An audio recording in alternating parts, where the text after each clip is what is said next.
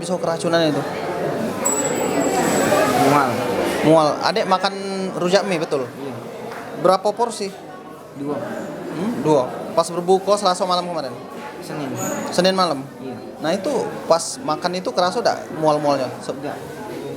Pas mulai kerasa itu sejak kapan? Selasa. Selasa besoknya? Iya. Jam berapa Selasa besoknya kerasa?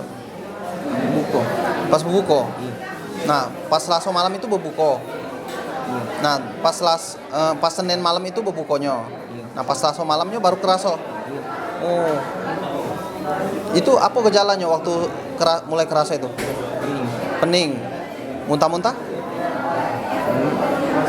Diambil. BAB terus? Iya. Dibawa ke sini jam berapa?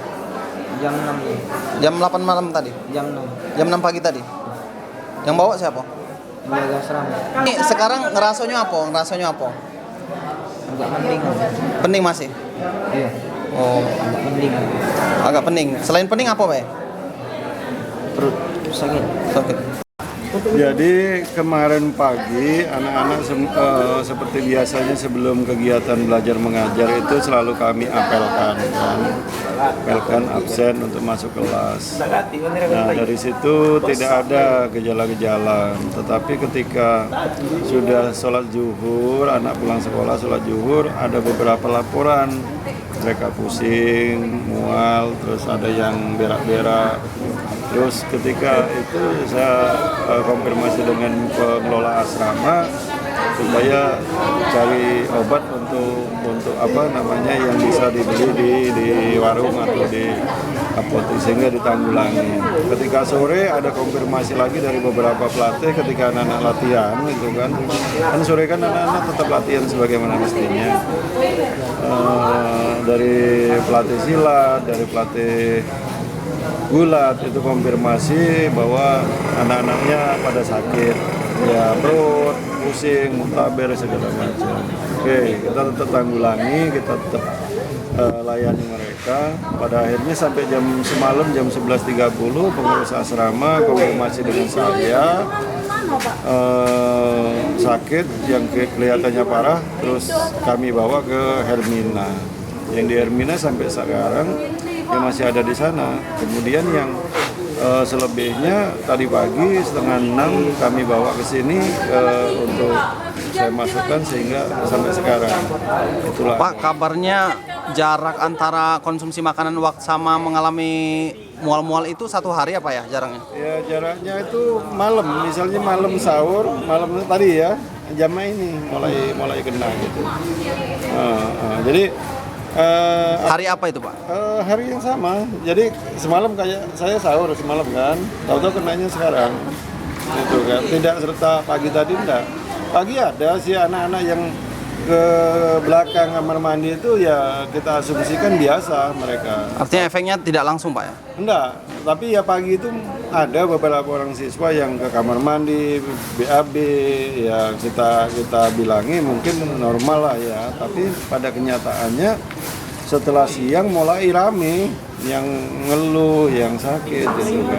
Berapa orang siswa, Pak, yang dilarikan ke rumah sakit Bari sejauh ini? Sejauh ini dilarikan ke Bari sampai tercatat saat ini karena ada tambahan dari 2 catur, 2 tadi oleh dijemput polisi langsung klarifikasi ke lokasi. Itu ada 4 tambah sekitar 38 orang. Lalu Di Hermina, Pak? Di Hermina ada 4 orang. Lalu bagaimana, Pak, kondisi siswa jauh?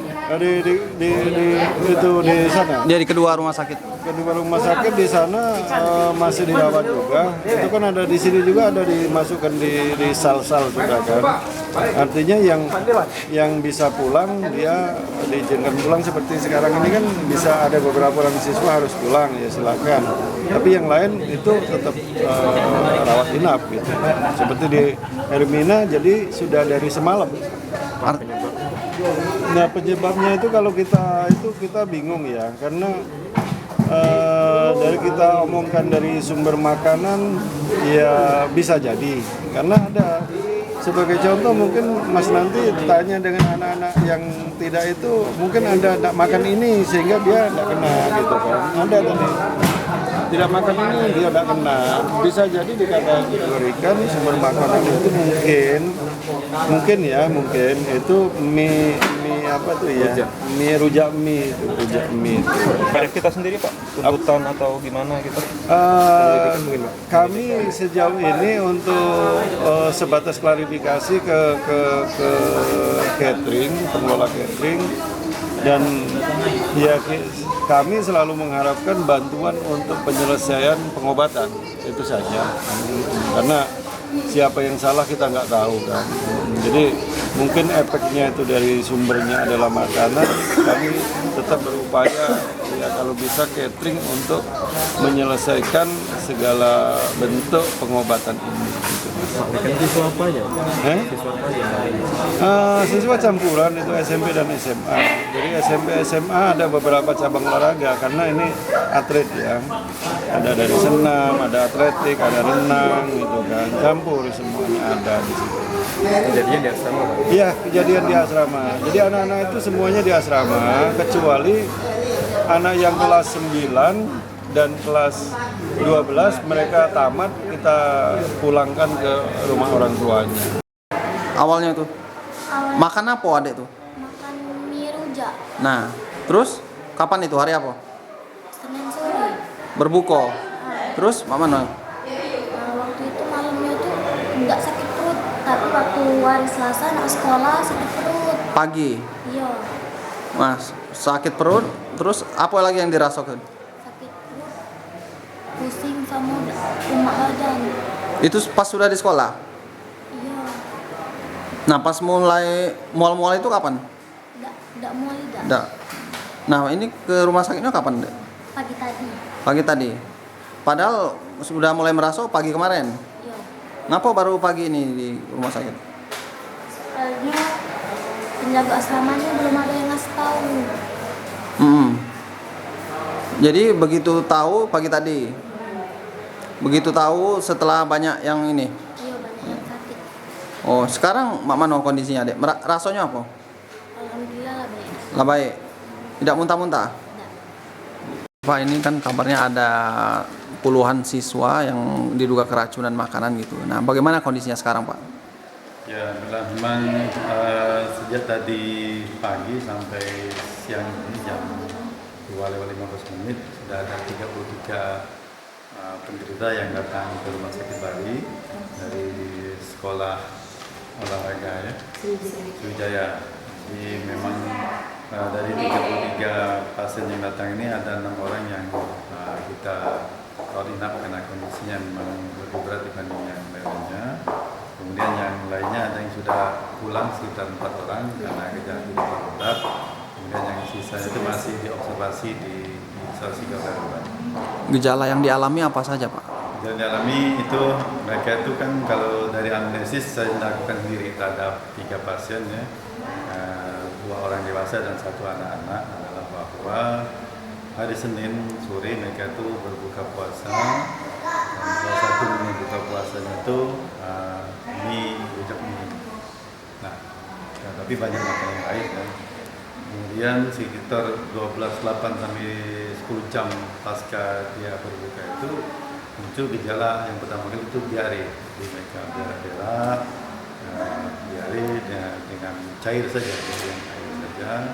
Kemudian disertai kemudian muncul gejala mual-mual, kemudian sakit perut, pusing dan demam.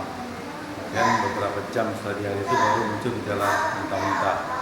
Itu yang dari 3 pasien yang saya lakukan analisis sendiri, sama dengan yang dilakukan oleh dokter UGD.